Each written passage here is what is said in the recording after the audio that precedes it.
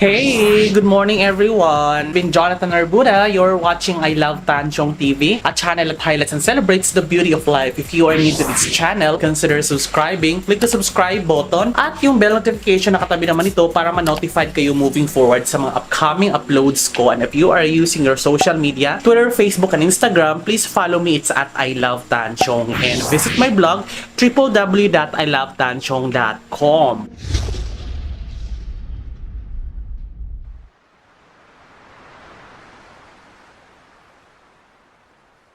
And today's vlog, ito pa rin yung suot ko. Hindi ako naliligo. Hindi na kasi ako parating lumalabas. Tsaka naka-aircon naman ako dito. Kaya hindi ako pinagpawisan. So, ito favorite ko talaga to. Favorite ko tong t-shirt na. So, dahil it's very comfortable. Kahit kakalaba ko lang, isusuot ko ulit. Kahit marami naman akong mga pambahay dito. So, pagpasensyahan nyo na. At masyadong yung exposure ng damit na to ay talagang parating yung nakikita sa vlog na to. Kasi meron ka talagang isang damit na paborito na parang alam mo yung para siyang kung sa pagkain comfort food. Kumbaga, ito naman sa damit, parang komportable kapag isusuot mo. Kahit ayaw mo magpajama, pero mas comfortable pa to, mas comfortable pa sa pajama talaga. Parang ganun, di ba? So, ayun na nga, sa vlog na to, magluluto tayo ngayon ng aking special chicken pork adobo. Wala pa akong kain, alas 11 ngayon ng tanghali. Sinisave pa lang yung vlog natin na i-upload natin. So, talaga namang excited ako talaga, no, sa pang-araw-araw. Ewan ko ba, parang the more na nag-vlog ako ng vlog, parang the more na naging comfortable ako sa camera, nakakausapin kayo, na parang feeling ko,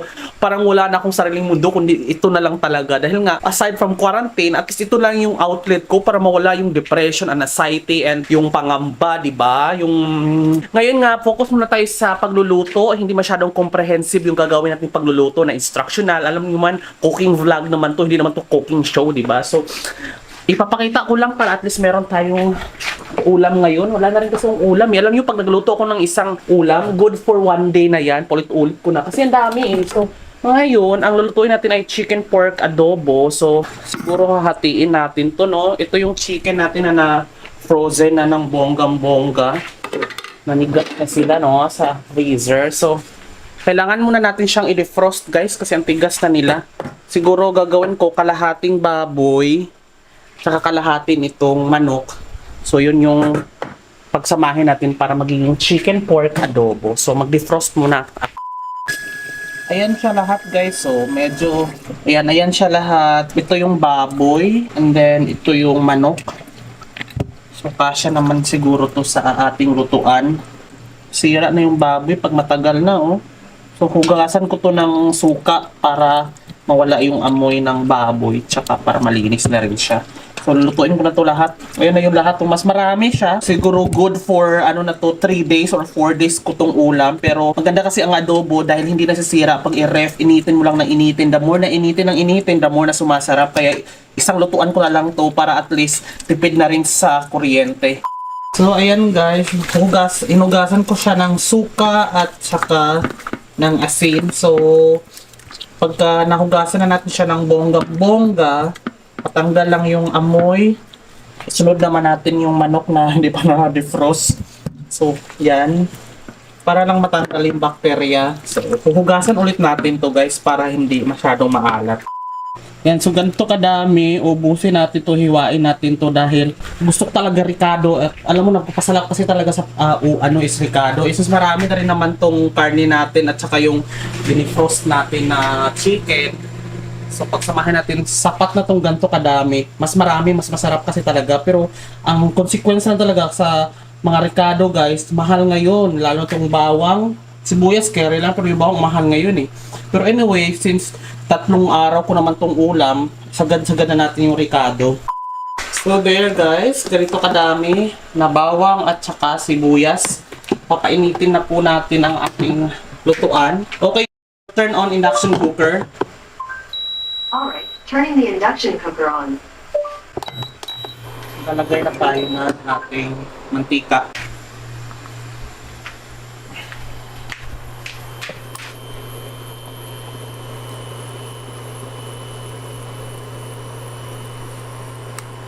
Sasalang na natin to, guys. Sasabay ko na ang bawang at saka sibuyas. Debate talaga kung ano mauna, sibuyas o bawang. Kayo guys, comment down below kung ano ang inuunan yung lutuin. Pag-isa, bawang ba o sibuyas. Para pata sila, sabay na natin. Isalang agad natin ang ating baboy.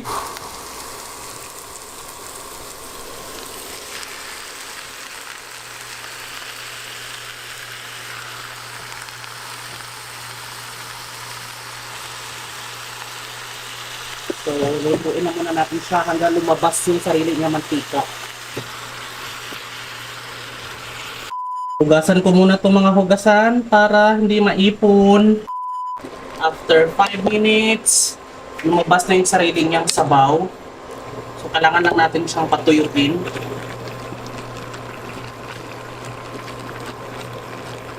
Para lumabas yung sarili niyang mantika. Prepare na din natin ang ating manok. Nag-frost na siya.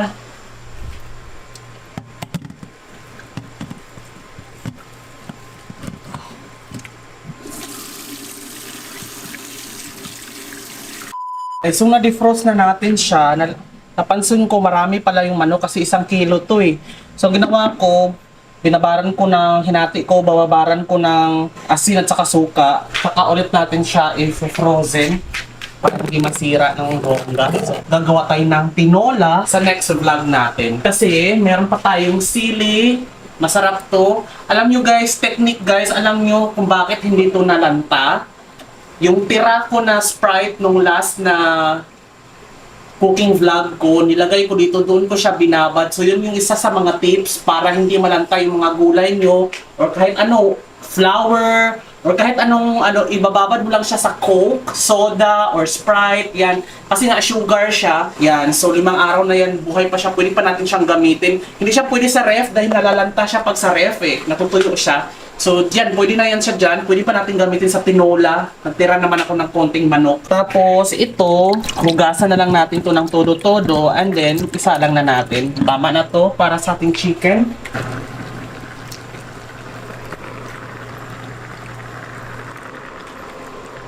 Hayaan na natin siya dyan, maluto. Mamaya na natin siya titimplahan. Yes. Umuulan pala sa labas, guys. Yan o, may mga butil-butil. Okay, it's raining, man. Yan o, basang-basa. Titignan na muna natin kung ano ng feedback. Kung ano ng update. Okay, lumabas na, naglabas siya ng sarili niyang tubig. So, hayaan na lang muna natin siya na matuyo sa sarili niyang sabaw. Tsaka natin ilagay yung mga ricado. So, mamaya na yan titimplahan. Yan na muna natin sa dyan. Pa-slow cook lang naman tayo sa 180 degrees Celsius frying yung pinili kong preset. So, with that being said,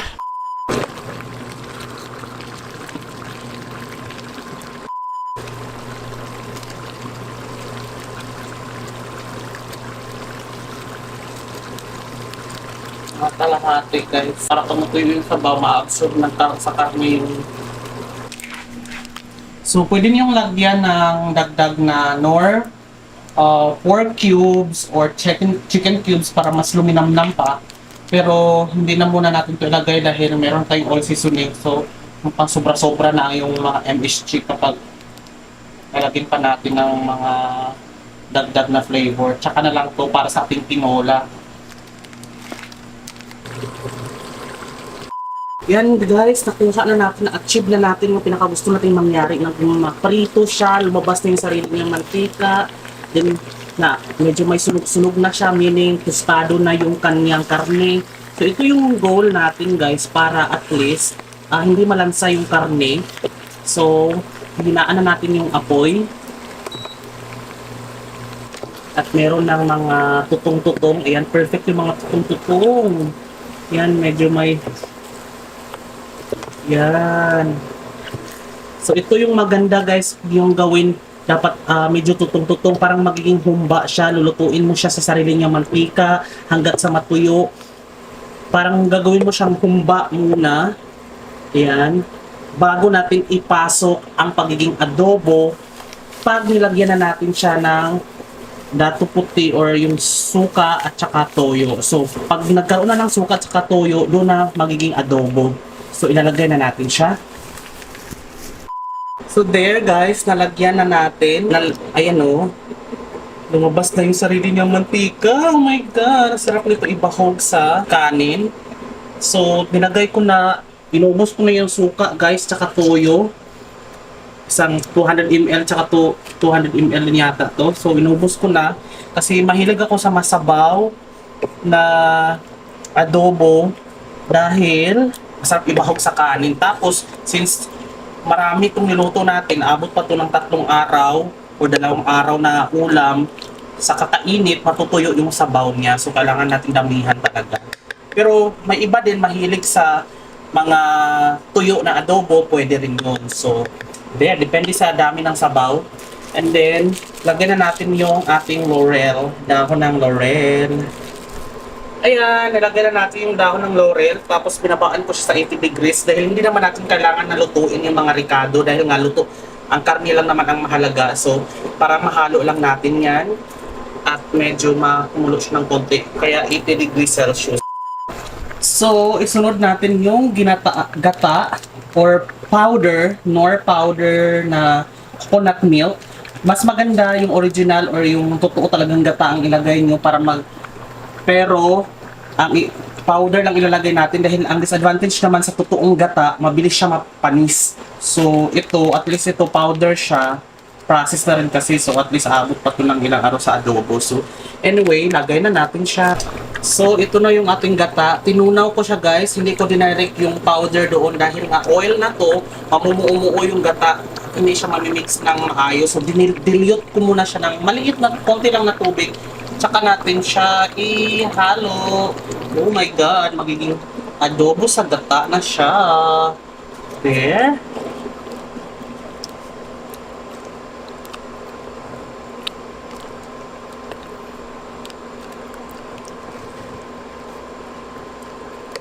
Oh my God. Oh my God, ayokong mulahin yung sarili ko. Pero parang nitong quarantine na to, parang mas gumagaling ako magluto na nakakulong ako sa bahay talaga. Promise! Oh my God, anong nangyari sa akin talaga. Parang nag-discover ko yung sarili ko paano ako magluto. Ayan oh my God. Look at that. So, ang ginawa ko guys, pure ano lang to, pure karne. Hindi na tayo maglalagay pa ng mga extender like patatas or carrots or mga kung ano pang ilalagay. This is purely karne. Kasi nga, pag marami kayo sa bahay at nagtitipid kayo sa karne at gusto nilang malasahan yung karne dahil mahal ang karne ng manok at saka ng baboy, pwede niyong lagyan ng extender like patatas or kahit anong pamparami para makakakain lahat at makakatikim ng lasa ng karne. Pero since ako lang naman mag-isa, gusto ko pure yung lasa na malalasahan natin sa karne. I don't need any extender dahil nga yung patatas naman is a carbohydrate naman, yung nutrients niya. Same lang naman yung nung makukuha mo sa kanin. Iibabahog ko lang din naman sa kanin. So pure karne lang, wag na nating lagyan. Kasi nga ako lang naman mag-isa, hindi naman buong barangay yung papakainin natin. So hindi na natin pitipirin ng karne. Perfect na siya. Para mas lalo pang sumarap ang inyong adobo sa gata, pwede niyo lagyan ng nilagang itlog. Pero parang mukhang over na, no? Pag nilagyan ko pa ng itlog. Pero kung gusto kong papagandahin yung vlog, yung mga final look ko, pwede ko sanang ilaga to. Pero wala na tayong time pa, mga bakla. Pero lagyan nyo ng nilagang sasarap siya. Pero hindi muna kasi nga magtitipid rin ako sa mga ulam natin, 'di ba? Hindi naman siya pang commercial use, for personal consumption naman siya. Kaya pero pag may tira, pwede natin siyang initin, lagyan na natin sa nilagang luto, sa mga nilagang itlog pa sa mga susunod na mga consumption kasi nga marami naman yun eh. So for now, luto na rin naman siya. So titikpan natin, kuha tayo ng portion. Hindi natin siya ililipat lahat sa bowl or sa serving bowl, baka mapanis. Diyan lang muna sa dyan hanggang sa lumamig. Kukuha na lang tayo ng portion para sa ating kakainin ngayon. There! Okay! Tapos na kumuha na ako ng portion. Ito na po ang ating Chicken pork adobo sa gata. I am so proud of myself. Pwedeng-pwede na mag-asawa mga bakla.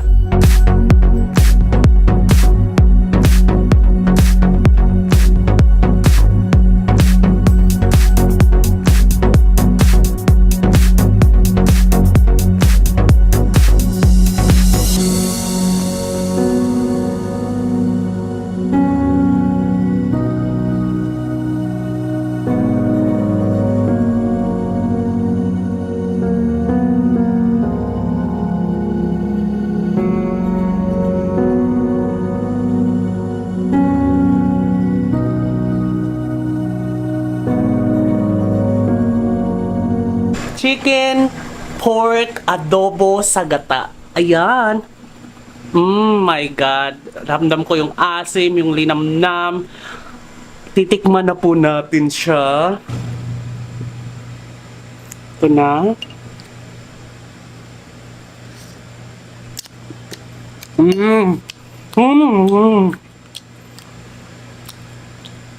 Oh my God. Lutong-luto yung karne, durog na durog. Alam mo yung, parang siya nagme-melt sa ano. Ang sarap niya, promise. Ayan o. Oh my God. Naloka ako, promise talaga. Oh my God, iba talaga pag, alam mo yung detalyado yung pagluluto mo kasi, ito rin yung maganda kapag bina-vlog ko yung niluluto ko dahil ba hindi siya bara-bara. Alam mo yung, dahil alam kong may nanonood, alam kong aayusin ko yung pagkakaluto. Kaya ang resulta, masarap siya. Kasi pag halimbawa hindi ko vinlog, tapos nagmamadali ako bara-bara lang, lagay lang na kung ano-ano, hindi hugasan yung baboy and everything. Pero pag binlog ko, sobrang ano niya, oh my God, kailangan ko na ng kanin, my God. Ito na kanin. Hindi ko na ininit yung kanin ko sa sobrang takam ko. Sa sobrang takam ko, hindi na ako ininit kasi mainit naman tong mantika eh. Oh, there, ibahog. Oh, this is heaven. Lalaway ako. So, ayan, meron na siyang karne at saka kanin.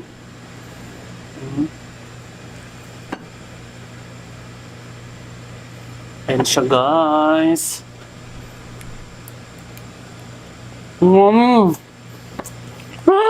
Dahil pala akong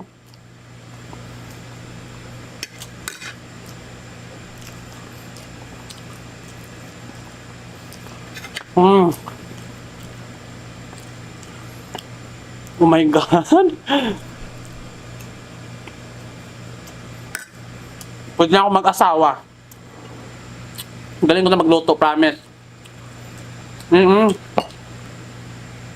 So there guys, natakam na ako. Gustong-gusto ko nang kumain talaga. So hanggang dito na lang muna tayo kasi enjoy ko tong niluluto kung pinaghirapan ko na chicken pork adobo sa gata. So this has been Jonathan Orbuda. Kung na-enjoy niyo itong video na to, click like. Magsabi lang kayo kung ano yung next na lulutuin natin. Comment nyo lang down below at i-share nyo rin to sa mga kaibigan nyo na gusto matuto ng recipe ko. Sariling recipe to guys. Yung pagkakasunod-sunod ng luto ko. So sarili ko na lang yun. So sana nag-enjoy kayo. Maraming salamat. Mag-subscribe na rin kayo para kita-kita tayo sa next vlog natin. This has been Jonathan Orbuda saying keep smiling because life is worth celebrating for. Bye!